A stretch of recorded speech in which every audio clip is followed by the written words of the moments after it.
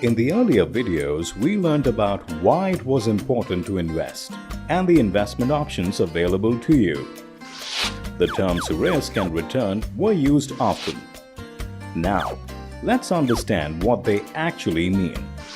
Risk is basically the possibility of something going wrong or contrary to your expectations. But what is the risk that we undertake when we invest our hard-earned money? Here, risk implies the chance or probability of the actual returns on our investment being different from our expected return. We tend to associate risk with loss. But why not think of it differently? It also includes the probability of returns being higher than our expectations. That's a nice thought, isn't it? Therefore, the greater the chance of the actual earnings being lower than our expectations, the higher is the risk. When you invest your money, you are exposed to different types of risk. Here's a look at a few of them. Capital risk.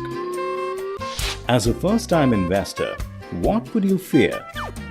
Possibly a complete or partial loss of the value of your investment. A capital risk is the risk that you might end up losing all or part of the money that you invested. Liquidity risk. Have you ever tried selling a house? It can be a time and energy-consuming process.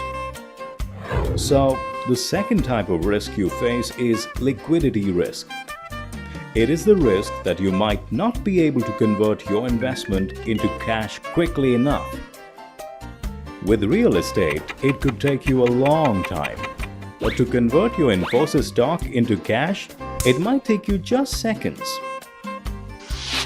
Firm-specific risks.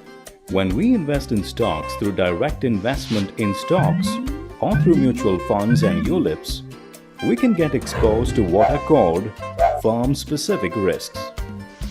This can include competition, performing better than expected, projects not working out, a new product launched which is not accepted well by the market, the entire sector being affected due to government regulation.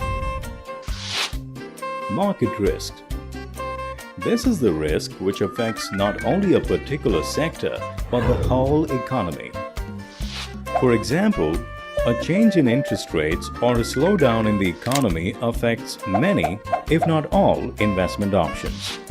Some other risks like foreign exchange fluctuations and commodity prices may affect a certain class of investment options, but in varying degrees. That was all about risks. Now, let's talk about returns. Naturally, you would expect to earn higher returns if you are taking on higher risks. The return is the money that you expect to make from your investment.